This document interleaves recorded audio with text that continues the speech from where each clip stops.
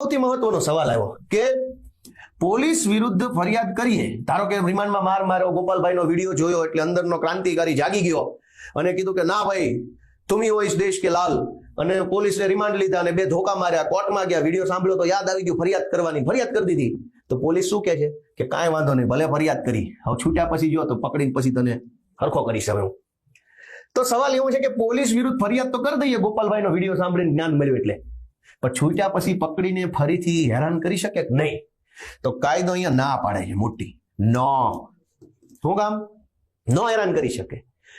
Already તમે કોર્ટમાં, ધારો કે પોલીસ વાળા ભાઈનું નામ છે એક્સ ભાઈએ મને રિમાન્ડમાં માર માર્યો એવું તમે કોર્ટમાં ફરિયાદ કરીને આવ્યા હોય, એ એક્સ નામના ભાઈ ઉપર કોર્ટમાં કેસ ચાલુ હોય, એને નોકરી કરવાની છે, બાળ બચ્ચા પેટ પરિવારનું ચલાવવાનું છે, ફરીથી તમને મારે તો બીજો કેસ થાય ને જિંદગીમાંથી જેલમાં ન છૂટે, એટલે પછી તો એવી હિંમત કોઈ ન કરે. એકવાર ફરિયાદ કર્યા પછી તો કોઈ તમને હામાં મળતા હશે? આપણે ક્યાં સરકારી નોકરી છે? એમને સરકારી નોકરી કરવાની છે. તો એક વખત તમે ફરિયાદ કરી